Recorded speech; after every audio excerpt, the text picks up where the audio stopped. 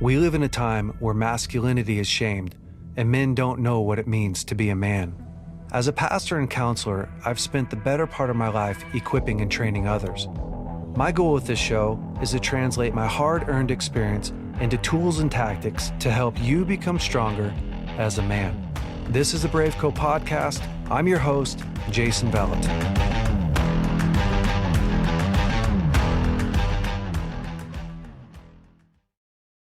Hey, BraveCo men, I want to take a second real quick and tell you about our BraveCo conference coming up June 12th through the 14th here in Redding, California. This year's theme is Rise Up. Men, we are going to rise up in our families, in our businesses, in our relationships, in our relationship with God. That is what God's doing in our life. If you have not been to one of our conferences before, I would encourage you highly to seriously consider stopping what you're doing, investing in yourself, and coming out to our conference. We don't do it the normal way that conference is done. A lot of guys are like, man, I don't want to sit and listen to a boring conference. You're not going to. Our conferences are super dynamic. In fact, we put each man into a group of 50 men. You have a leader, you have co-leaders that you're running with, you have team colors, team competitions, team pride going on. There's things to win and people to compete against as well. A lot of the ministry is also done inside of your team, which is really cool because you get tons of personal ministry. You also get to minister with other men. The other piece that's really cool about the conference is we are doing a rite of passage for men 12 to 18 years old. Listen, this is so important because if you're a father, you don't want to be the only man pouring into your son. You have this opportunity to introduce your son into manhood with a ton of other men speaking into him, pouring into him, cheering him on. We have a 2.5 mile Tough Mudder course that your son will go through that is incredible. It's full of obstacles. He's going to love it. And he can come through to the conference with you this year. And then we have all kinds of other activations, incredible speakers. The other thing that I'm really excited about this year is every man is going to get a battle plan for his life. What is that? Well, that is a plan that you're building during the conference for the 5 main areas in your life: your finances, your relationships, your relationship with God, your physical health, and your personal self. So you're looking at the different areas of your life and you're going, I want to ensure that when I leave the conference, I have a plan for my life. Our conferences are not mountaintop experiences. It is a catalyst into building a stronger, more powerful, more competent life. You will also have the ability to jump into discipleship at the end of the conference. Again, we're not just throwing on good conferences for guys to feel good.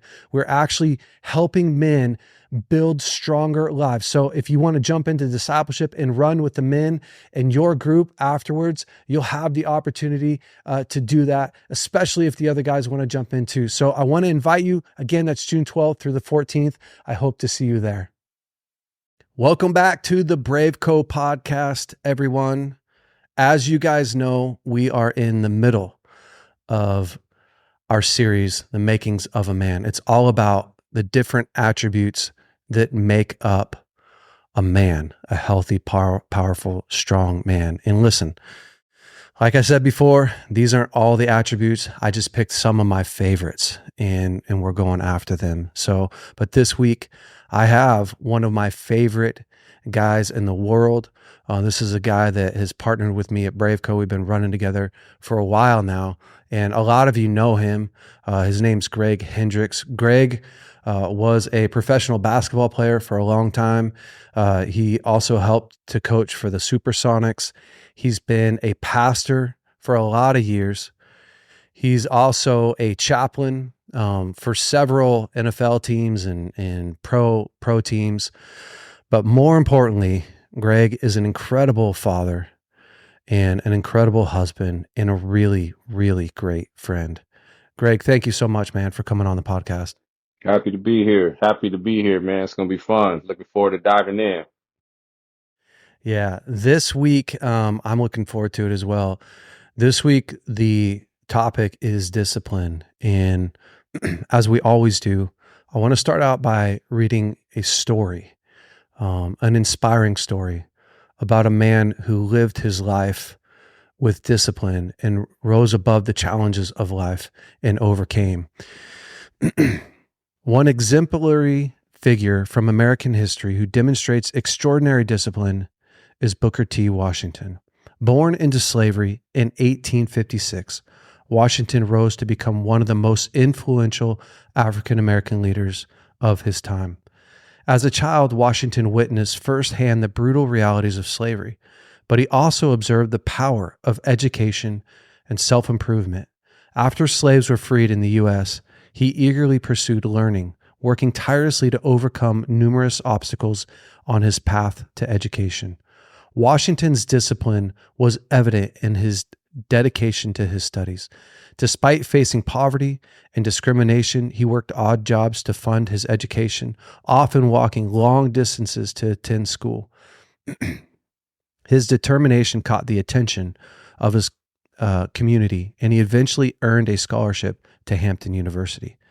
At Hampton, Washington's discipline and work ethic impressed his teachers, who recognized his potential for leadership. After graduating, he became an educator himself, eventually founding the Tuskegee Institute in Alabama. Washington's disciplined leadership transformed Tuskegee into a leading educational institution for African Americans. He emphasized practical skills and vocational training, believing that economic self-sufficiency was essential for radical advancement. Under his guidance, Tuskegee flourished, offering opportunities for thousands of African American students. Washington's famous Atlanta Compromise speech in 1895 encouraged African Americans to focus on economic advancement and education rather than demanding immediate political and social equality. Throughout his life, Washington remained committed to his principles of self-reliance, hard work, and discipline. He believed in leading by example, demonstrating through his own life that perseverance and determination could overcome even the most daunting obstacles. Booker T. Washington's legacy as a champion of education and economic empowerment continues to inspire people today. His disciplined pursuits of excellence and his unwavering commitment to uplifting his community exemplify the values of hard work, resilience, and self-discipline that define the American spirit.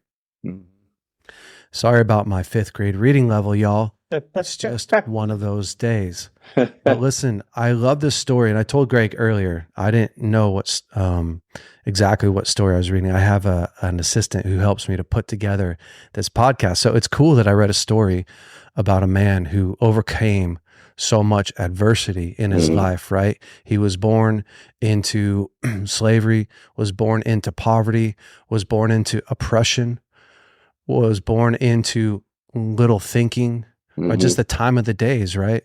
And it's really cool to watch what happens in a man's life who refuses to not only dream, but he refuses to give up on the dreams that are in his heart. And he puts to practice day in and day out the dedication, the hard work that it takes to achieve something. And I just love this story because it really does show us that if you are unwavering in your discipline, that will take you to a place that you could have never dreamed of. As a little boy, I could only imagine Booker T looking at his future. I could only imagine that he didn't think that he would accomplish all that he had accomplished. But it's such a cool reminder of why discipline is important. Greg, obviously, man, you have so much experience with living a disciplined life. Just simply becoming a professional basketball player in and of itself screams discipline. And when we're thinking about who we wanted to come on to talk about the subject, man, you're one of the men that I've seen in my life, in my own personal life. I watch it with my own eyes, who has day in and day out been a man of discipline. I watch you like last year we went to 2 years ago we went to a shooting school, Mm-hmm. and when we arrived at the shooting school, one of the first things that we did, I don't know if you remember this, was we went and we looked for the gym. We found a gym inside of this really old barn, and you and I was inspired by you, got after it in the weight room. Yeah. And then the next day, I remember the next day we went to bed late that night. The next day you had already gotten up and went and worked out again. And, I'm on weekly calls with you every single week on the call. You're in the gym working out, bro. You're hitting it hard. And I'm going to let you talk here in a minute, but I really do. I Yeah. want to introduce you and introduce why I'm having you talk about this, because the difference between acquiring and wishing is discipline. Mm-hmm. And you have so harnessed that in your life. Where did that come from? Wow, great question. First of all, I appreciate the tee up. But yeah, I think discipline over the course of your life starts to get developed. Because one season of discipline in your life does not look the same as in another season. But I think innately it starts with, kind of what Booker T's story is just the will to press forward towards something that you're trying to obtain, and probably in that moment. For me at that time, it was just like, how far can I believe I can go far in playing basketball. Just like every aspiring athlete, they aspire to become some type of professional or some type of impact in the sport at that time. I think that's where it initially started. But as I started to go and started to work out and started to develop these habits, it just became not only habitual for me, it just became a part of my lifestyle, on how I really value just having some type of discipline. And it carried on. I learned a new term today, which I really love, which is called skills transfer, and my all the skills that I learned in disciplining myself to become an aspiring professional basketball player has now transferred over into my regular life, and how I Yeah. live my life, how I parent my kids, how I, deal with stress, how I deal, with growing to becoming a man. You got to have some non-negotiable things in your life where it just doesn't budge no matter what. You almost build your day around those things. You're joking like, sometimes I'll be on these calls, I'll be working out, and, you guys catch me, I'm on the Zoom call and I'm like running, or one day, like today, I had the weight vest on, and Yeah, you did. 30-pound weight vest, and I'm running with it on, and, you know, but it's just an overflow. It was a skills transfer of what I learned when I was young. It's like, all right, I'm just going to keep carrying this because it actually is beneficial for me. There's overflow of being healthy. And like I was telling Tim, fitness is part of my witness, and so when people see me, especially in the circles that I'm in, it adds actually credibility to the message that I'm carrying as a man. Like, look, Christ is the center of my life. God is the center of my life. And it's overflowing, not just from the words that are coming out, but like you can actually see it on me. You can see it on my life. You can see it in my body. You can see it in how I carry myself. You can see it in my health. And so I think to answer your question, where it all stemmed from originally, it stemmed from just a desire and drive to be better.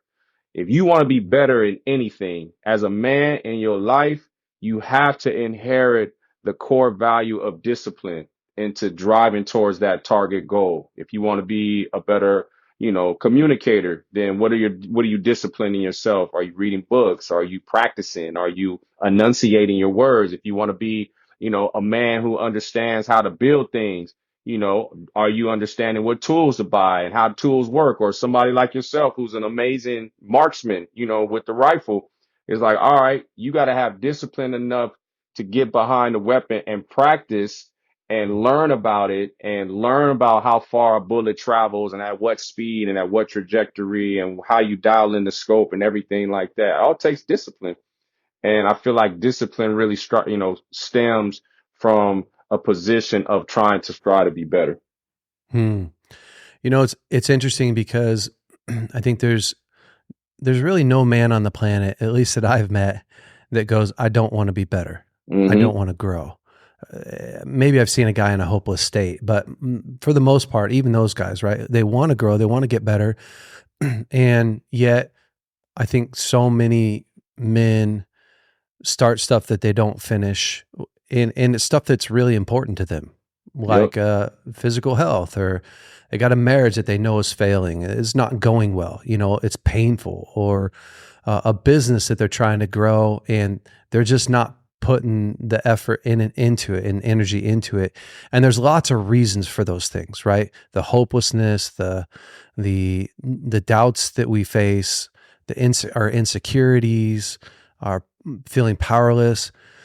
But how do we begin to grow the muscle of discipline? Because I think that we've gotten into this idea because of because of social media, that some guys have it and some guys don't, right? Like, oh, there's an alpha male. Like, there's a guy that he was just born a leader. He was born with the ability to like crush life. He came out of the womb, crushing life. And I know that that's not true, but how does a guy who takes a look at his life, like a real honest look, because that's what we're going to ask guys to do, take a real honest look at your life and go, what would happen if you added discipline to your life? I think every guy would go, man, if I added more discipline to my life, I could get where I want to go. But it feels like there's a chasm between, or a disconnect between, where I am and my ability to discipline myself to do what I say I'm going to do. And let me add a caveat to that, or an addition to that, because I know that the problem is so many people rely on motivation when they start something, right? Like New Year's resolution comes, 99.9% of people are relying on motivation to do what they haven't done before. And we know that motivation's like a wave, right? It ramps up and then that baby's crashing down. And you purchased the gym membership, you signed up for the marriage course, you started to read Becoming a Better Dad book. And then when that baby comes crashing down, right? Motivation is like a muscle in that it gets tired. You start to wear down. And then when you have less motivation, you don't follow through. What's like a couple keys to building a life of discipline? And please don't tell me that you have to pray more. That's definitely a part of it. But I know. in addition to that, I would say, dude, start with doing little things consistently. That's a great step. Make your bed every day and make it with excellence. Like, develop these habits that are super low hanging fruit, that are right in front of you every single day, that you are basically cementing and grooming and growing the ability to be consistent in small things. Because if you could be consistent in small things, when you start to take big leaps to do, big things, you're just, again, skilled. There's a skills transfer going over to that. Like for example, like I'm a stickler. Like, I like to make my bed first thing in the morning. I get out of bed, I make my bed right away. My wife always gives me a hard time about that, but I even tell my kids, like, make your bed. Like, it takes you 2 seconds, 3 seconds, Yeah. to make your bed, you know, 2 minutes if you're really doing it with, prestige and pristine, precision, but make your bed. Like, that's a small little step, consistent step towards being disciplined. And then, start doing certain things around the house, start saying certain things to yourself. I think taking small steps is really undervalued. And, it's like, oh man, I want to lose 30 pounds. Okay. Before you lose the physical weight, you got to inherit the mindset first of, okay, I'm about to go on this journey, and this is going to take consistent small steps, because there's going to be days you're like super sore, and there's going to be days you're incredibly hungry, and there's going to be days where you're being super tempted. It's the same thing with life. The more you can establish consistent small steps in your life, the more of you start to develop an amazing skill transfer that moves over in your life and into the things that you do. So when you go after these big targets, it's just an overflow. Like, all right, I know how to break this down and not have to take big bite sizes. I could take little small bites towards essentially accomplishing my goal. So I would say that's, one healthy first step for everybody that's listening or watching or whatever the case may be. But I would also encourage you is understand that not only is it a physical step, but it's a mental step. And you need to mentally groom your mind on what you're targeting and that this is a journey. Oftentimes, man, when you're trying to establish really great discipline in your life, what you're doing is you are strengthening the muscle in your memory to do something. So it just becomes habitual at that point. It's like, you know, in my case, it was playing basketball. I wanted to have a nice jump shot. When you shoot and you keep shooting and you keep shooting and and you've done this so many times, it don't matter where you're at on the floor, what's coming against you. It just becomes like a habit. It's habitual. They look at, greatest shooter of all times, or Stephen Curry, or, these guys who are just super elite at what they do. What they don't see is all the little things that led up to that, all the little Yeah. steps of consistency. So I would just say not only is it, practicing the little things, but like training your mind and grooming your mind to like, okay, I'm going to go on this journey till I get to this point where it just becomes like autopilot in your life and it's a non-negotiable and it just spills over. And not only that, when it's really starting to really take flight in your life, but other people around you are being impacted by it. Like my son right now, my oldest son, 21, you know, he's a young man now, and he started out and he, liked to get in shape a little bit, but then he caught the bug and he started boxing. And now he boxes now and he spars, and he actually broke this dude's nose. And, he's like into his fitness now. So when you see him, my friends see him, they're like, oh man, your son is like in super shape. But I'll be like, oh, it wasn't like that from the beginning. Like he Yeah. had to develop these things over time. And now he's in love with it. Now it's just an overflow of his life. He's like, I got to work out. I want to work out. I love it because you're 100% right. Is if you make a goal, if you set a goal that is too high in the beginning, science shows us and tells us, and we see it, we experience it.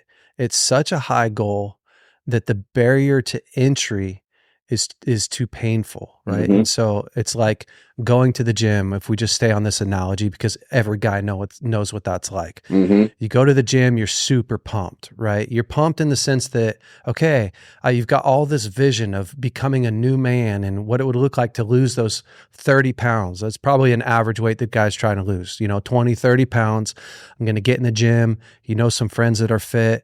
And so you put down the money, you wake up, 6 a.m.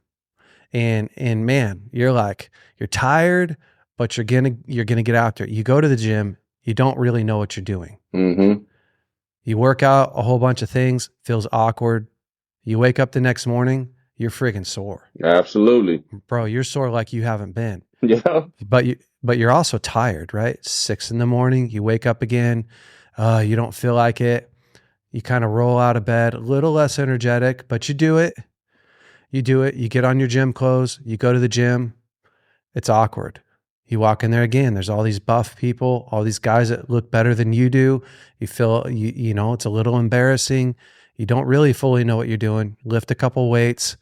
You wake up the third morning, you're real freaking sore. Mm-hmm. You're super sore. And you tell yourself, I'm too sore today. I won't go. I'll just hold off until I'm less sore. And then what happens is you don't go back because the barrier to entry is so high. I was reading I read Atomic Habits last year and Tiny Habits last year, both of those books. And I actually like Tiny Habits better. I think it's more practical. But what he was saying, his plan is, listen, if you want to start, and he's saying exactly what you're saying. If you want to start something, you got a big goal, right? I want to look like Greg Hendricks. I want that strapped 6-pack. I want the cut up arms. I want a good clean shaved head all the time. I know, small goals. So he says, what you got to do is your first step is not even to get to the gym, which seems ridiculous. Your first step for the first week is just to first put your clothes, your gym clothes out, Yep. right? And then you wake up at 6 a.m. the first morning. You don't even have to Absolutely. get out of bed. You just wake up and then praise yourself. Okay, that's good. I am somebody who works out. That's your statement. That's your changing the mindset. I'm a guy who's becoming physically fit. I care about my life. You wake up the next morning, right? 6 a.m. All you do is get dressed. You can go back to sleep if you want to. You've already reached success. And you say your statement. I'm a guy who's physically fit, who's becoming physically fit. I care about my health, right? You can go back to bed. You've already succeeded. The next day, the only goal is to get dressed and drive to the gym. You drive to the gym, you've succeeded. And again, your declaration, I'm a man who is becoming physically fit. I care about my fitness. I care about my life. And you slowly, again, you only allow yourself to do 10 minutes in the gym the first time. You go in there, you work one muscle group, one set, you go home. And listen, guys are like, that's ridiculous. I feel like that's ridiculous. It's so ridiculous, it works. And here's why it works. Because if you tell yourself, all I have to do is work out for, if you get to the point, all I have to do is work out for 10 minutes. It's so low that you can do it. I don't have to do 30 minutes. I don't got to do 45 minutes. I don't have to be super sore today. And you do that for a while. And then pretty soon you go 15 minutes and then 20 minutes. And you do that for a year and you're doing an hour and a half. That's right. And if you do that in the areas of your life that you want to grow in, and you say your statement, I'm a man, whatever. I'm a man who's learning how to take care of his wife. I'm a man who's learning how to lead his family. I'm a man who's becoming financially prosperous. And you start your statements and you start small and you don't shame yourself for starting small. All of a sudden, you look back and that compounding interest, bro, that week after week, like you're talking about, Greg Hendricks, 30 years later, after starting to work out, 10, 11, 12 years old, 30 years later, your brain, it now is literally wired for it. You don't think about it. It's not this massive battle. At first, big battle. Now, this is who you are. You don't know life without it. And I think for men, one massive piece is quit relying on motivation and lower your bar. I'm not saying lower your goal, lower your starting point to what you can realistically maintain in this season of your life right here, and then be proud of yourself for it. Yeah, absolutely. I'll give you guys a term, progressional engineering. What does that mean? You want to progressively engineer where you want to go to what target that may be. So you're using the workout analogy, and I love that because I was actually going to mention something like that. The first thing is not even about going to the gym. The first progressional step in that whole thing is waking up that early in the morning consistently. So, if going to the gym and getting fit, if, staying on this analogy is your goal, then maybe the first week should really just be spent on getting up early and being present when you get up early. That's the first step. Not even going to the gym. It's like, okay, I'm progressionally engineering my target right now, and this is how I'm doing it. And break it down that way, because you will know that my goal is not so lofty, like it's attainable, but I'm working towards something. And when you start seeing progress and you start seeing the fruit of that, and you put in the time, it just makes you want more, and what it does is it actually strengthens you to get over the excuses. Oh man, I don't have this today, or hey, this is here, or hey, this is there. I always tell people, look, you can either make progress or you can make excuses, but you can't do both. So you're gonna have to do one. And most men, they want to make progress. And let's just, flip it to just being a man. What does that look like? I want to get better in talking to my kids. Okay, well, take small steps. Maybe the first step is saying, hey, son, or hey, daughter, or hey, whoever, I apologize for falling short. My goal is to do this. That's the first step. like being open about where you're trying to go, or maybe Can we take it? Can we take it one more step? One more step smaller yeah, is I put my phone away when I'm at home. there we go. Now we talking. Right? I come in the door and all I do is put my phone away, and I do that for the first week. I'm just present. Mm-hmm. I'm present there. We eat That, dinner together, right? so And then good. and then the next step is I'm starting to evaluate how have I led my kids well, Yep. or where maybe so that I know if I'm going to apologize, at least I have a clear, you're Mm-hmm. building confidence that Woo. that you can. I'm building confidence that I can come home and that I can lead them well, that I can have a conversation with them. I think the next step would be have intentional conversations with your kids that aren't intense, but they're connecting, they're fun. Mm-hmm. And get good at that, right? Like I don't have to have this crazy conversation.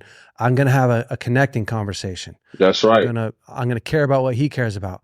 You know what I'm saying? Like, I do, man. This is the pathway to men building strong, powerful life. Here's where we ultimately want you to get to, men, is where you answer that question inside of yourself that you have what it takes to do ...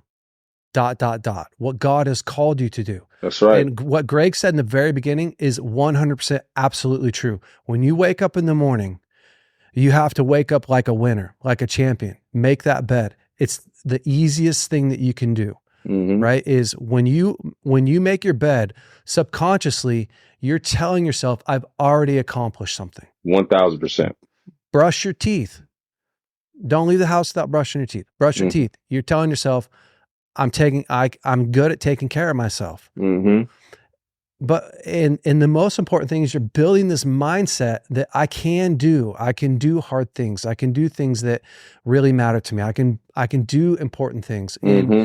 And I really think, Greg, like if we can get men who, by the way, weren't handed this, and maybe I should start too by saying this, like, Greg, you didn't have a dad. You grew up without your dad. Yeah. And so, and I want to say that because a lot of guys look at me and go, well, your dad taught you. And the truth is, like, my dad taught me in some areas, in other areas, no, but you didn't have a dad. Mm-hmm. What was supposed to happen is your parents, right, are supposed to help you build Mm-hmm. discipline into your life. You're supposed to help you grow these areas of discipline. A lot of men didn't get that. A lot of men grew up in single parent homes, grew up with dads that were checked out, or grew up with parents that didn't require a lot.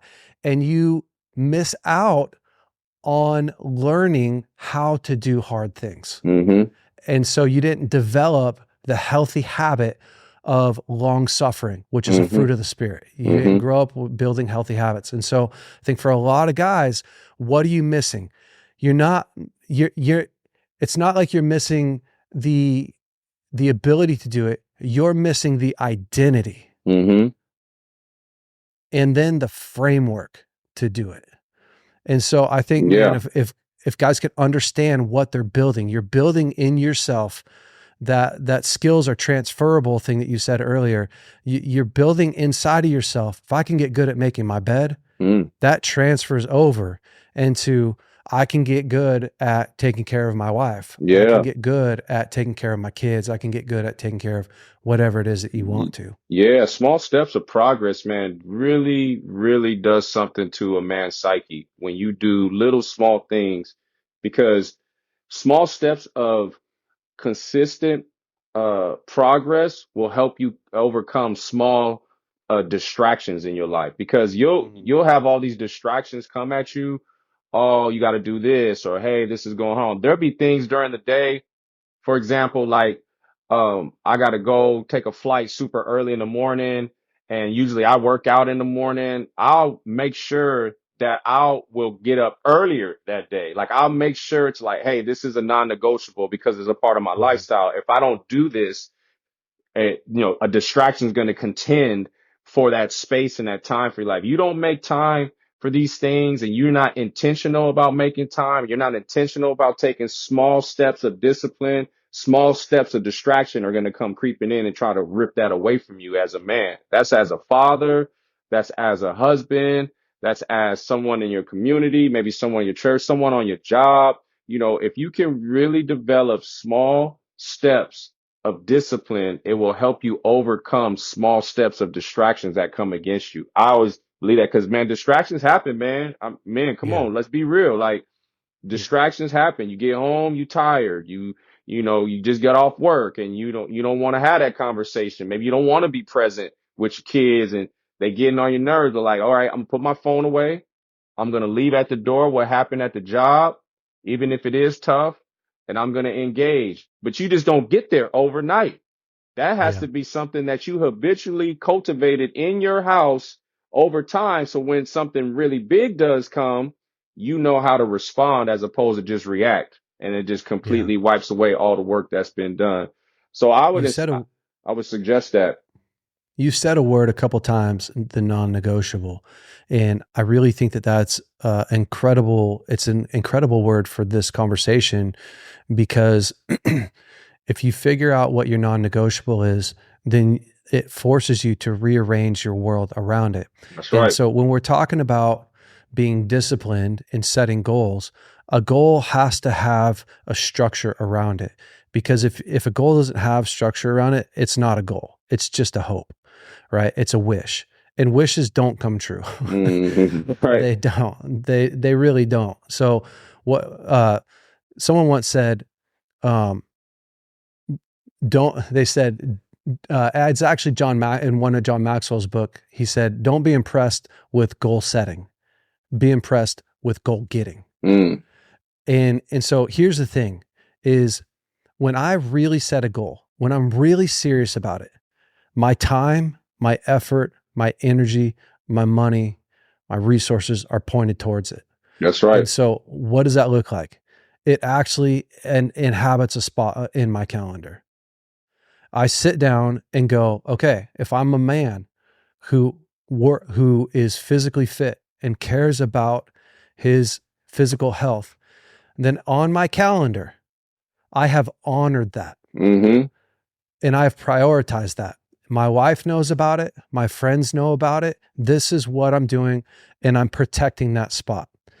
And I'm setting myself up for success. Mm-hmm. I'll give a really good example. When I first got married, the second time, my wife Lauren, what was very important to her was that I would help contribute to taking care of the house when I got home. I wasn't super good at it.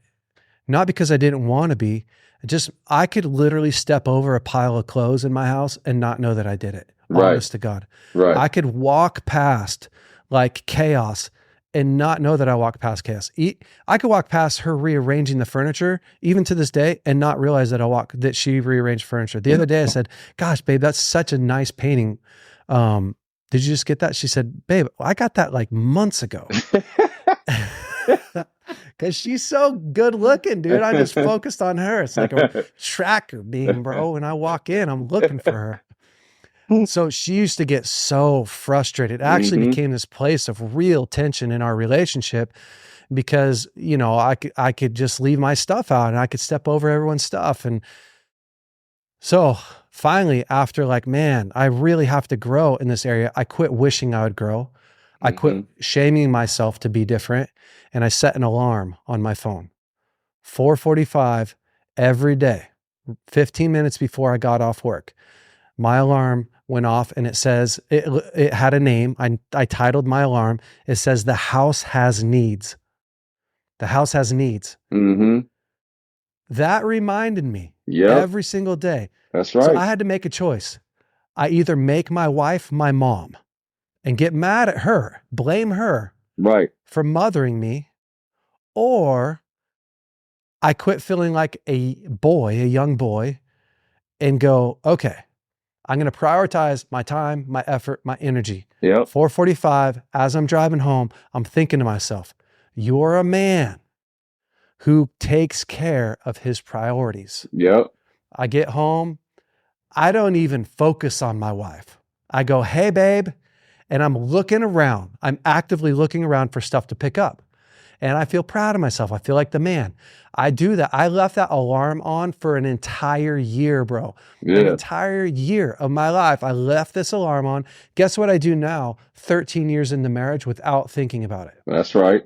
That's If wisdom. my wife is cooking food and she gets out to go take care of the kids, naturally, even without thinking about it, bro, I move into the kitchen and take over where she left off. When I come in the house, if stuff's a mess, I am not by nature a clean freak. I'm not. Hmm. I clean it to the standard that her and I agreed to. And that's something that's become a part of me. Last Hmm. night, she's at the women's conference. I put the kids to bed. I'm tired, man. All I want to do is lay in my bed and watch 9 hours of Gold Rush on the History Channel. But because I built this habit. I put the kids to bed. I Yep. do my rounds, right? I clean up. I clean the counter like she taught me to clean it. I clean the dishes like she taught me to clean it, because I'm thinking this is what we do. I've created a culture around this is what we do. And here's my point is we have to move it. We have to move out of our minds and into our calendars, into our bank accounts, Hmm. into our resources, Hmm. pulling other people in.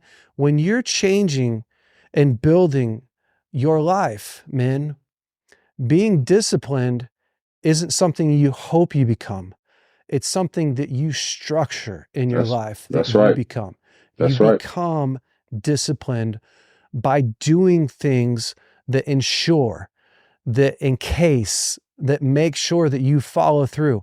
Quit trying to remember to be a better husband. Put it in your phone. I teach guys this all the time.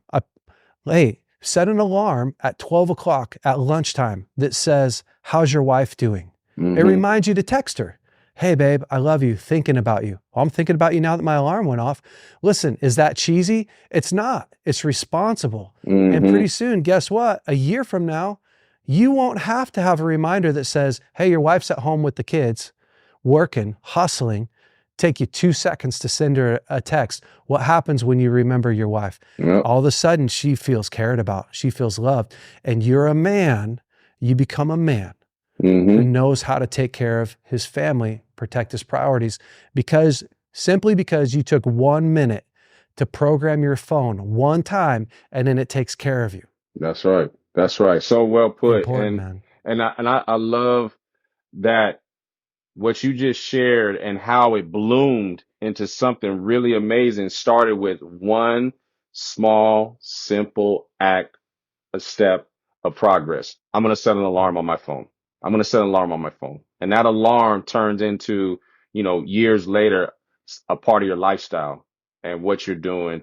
Man, you need to take heed of not only what he's saying, but what God is saying to you right now. Is like, you know what? There's a small step that I have in store for you that you need to take and be proactive and partner with it. What's funny, man, is that so this actually just happened recently is I ran a half marathon for the very first time. And I got invited by another pastor. Pastors don't be running no marathons, man. You know what I'm saying? So he's like, man, we're all running in this marathon. You should come join us. And I'm like, all right, but here's the reason why I'm telling you this. Because half marathon is about 13 miles, right? It's about Yeah. 13 miles.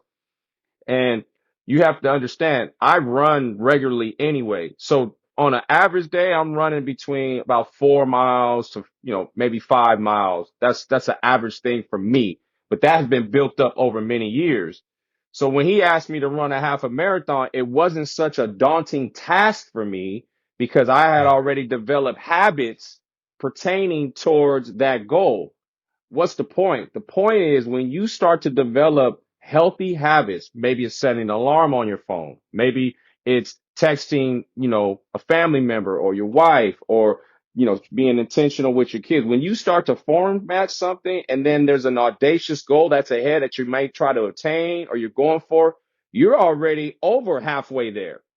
You're over halfway there. And in my case, they're like, let's run this marathon. So yeah, I bumped up my training and I did a little bit more than I normally would have been doing anyway, which is the same for you men, is that if there's a target and as you go and you progress, you will start bumping up the things in your life that's actually, showing fruit. So I bumped up my training, ran 13 miles and finished. And my goal was to finish underneath 2 hours, and I finished at like 150 something or like that. But I also That's wanted awesome. to finish backpedaling the finish line, because when I work out, I backpedal like on a treadmill and stuff like that. So that was one of my goals, is to, all right, I'm gonna finish and I'm gonna backpedal through the finish line, because That's awesome. I've been doing it and I was actually able to do it. What's the point? The point is even not about the marathon. The point is that when you develop small progressional habits in your life, man, set an alarm on your phone, telling your wife you love her, being intentional with listening to your kids, making your bed, take out the trash, small things. These are small wins that you can start accomplishing in your life. You'll start to see the big things are way more attainable than you think they are. I would encourage you guys with that. Come on. I'm going to read a couple of quotes and then we have a challenge for the men. So Yeah. one of the things we're doing with every one of these weeks in attributes is we're giving the men a challenge, an activation. So here's a couple quotes that I really love on discipline. Discipline is the bridge between goals and accomplishment, by Jim Rohn. With self-discipline, most anything is possible. That's Theodore Roosevelt. Discipline is choosing between what you want now and what you want most. Old Abraham Lincoln, that's a good one. Yeah. Discipline is the refining fire by which talent becomes ability.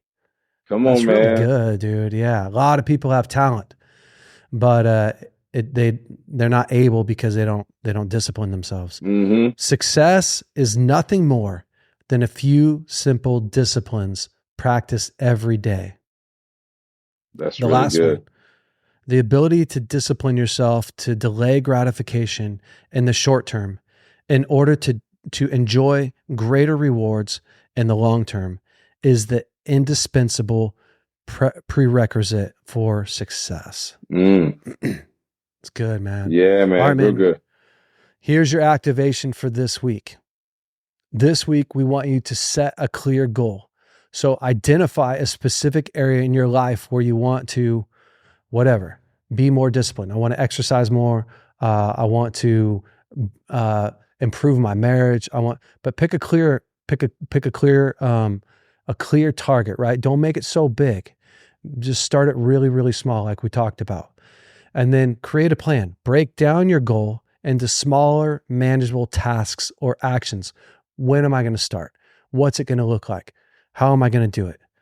And then eliminate distractions. Identify any distraction or temptation that may hinder your progress and take steps to minimize or eliminate them.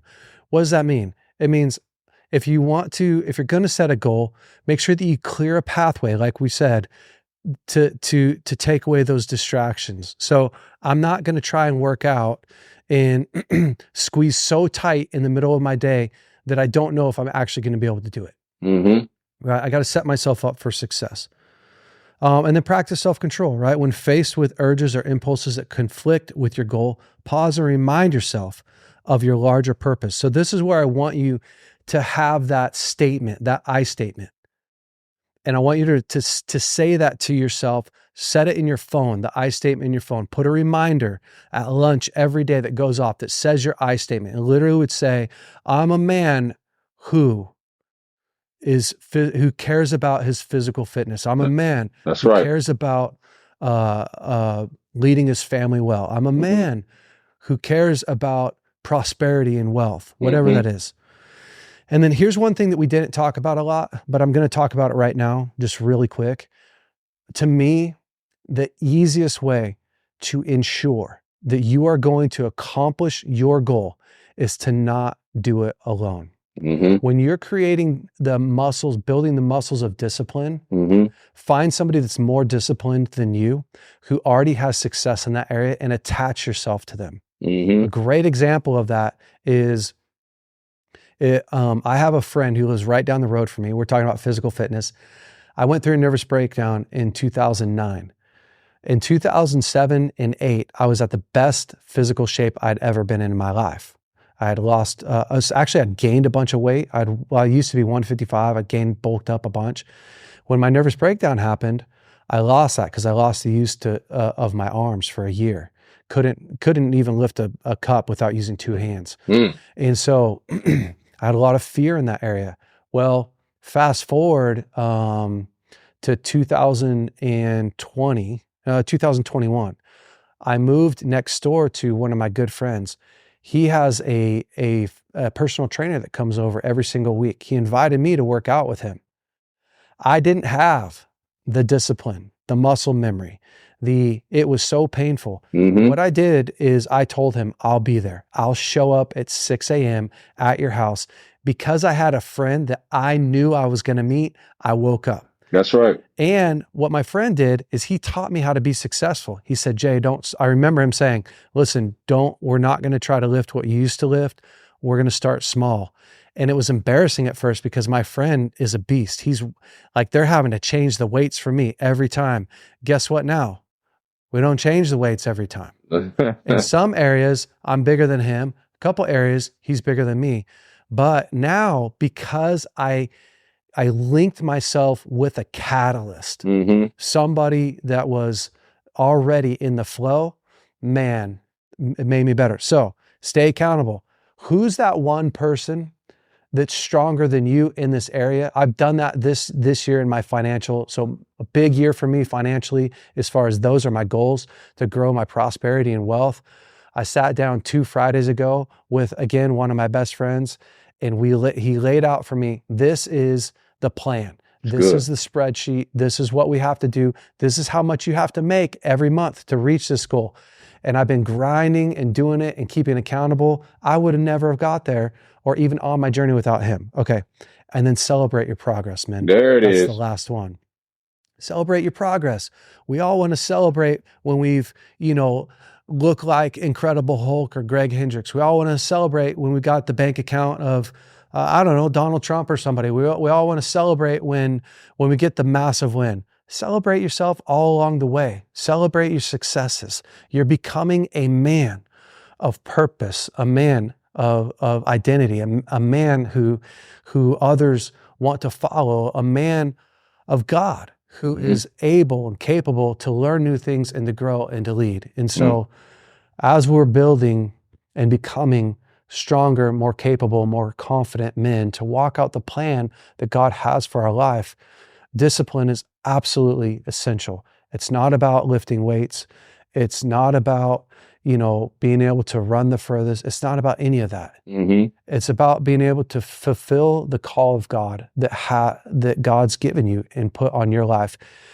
And when we become disciplined, we don't sell ourselves short for the plan that God has for us because we can sacrifice and delay for what God's calling us to. Greg, That's would you right. pray for us, man? Yeah. Father, I thank you for our conversation today. Lord, I pray that men, God, will come into a greater measure of discipline for their lives, for their homes, for their families, God, for their spouses if they're married, God, for their communities that they live in, Lord. I pray in the name of Jesus, God, that you would just really, really touch each man through this conversation, Lord. Lord, I come against anything that is distracting them from making progress, God. God, I come against the distractions right now. And Lord, I speak, God, that there will be a fresh measure of clarity, a fresh measure of focus, a fresh measure of ownership, God, to take hold of what you have in store for them, God. I pray for great community around them to rally around their effort to be more disciplined, Lord. Holy Spirit, highlight that person, God, in their life, God. And if that's not someone that's in their life, a resource they can attach themselves to, God, that would give them daily accountability, God, to walk out what you call them to do, Lord. We thank you, God, that you're doing a new thing in all the men, Father. We all say yes, Lord. And Lord, I pray, God, as they break these things down in their lives, Lord, that the fruit that is bared from it, God, would be a healthier man, God, a healthier leader, a healthier father, a healthier community member, a healthier co-worker, God, a healthier submitted believer unto you, Jesus. We love you. We thank you for the time today. We give you all the glory in your powerful name. Amen. Amen. Greg, thank you so much, man, for coming on the podcast. As always, you're a beast. I really, really appreciate you, and thankful to be running with you, man. Likewise. BraveCo men, get after that challenge. Let's grow the muscle of discipline in our life and step up to who God is calling us to be. That's it for this week. I will see you next week on the BraveCo podcast. Hey guys, thanks so much for listening to the BraveCo podcast. If you like this podcast, would you please rate it, review it, leave us a great comment. And if you like this episode in particular, share it with your friends and family. That helps us to spread the word. Guys, stay brave. We'll see you next week.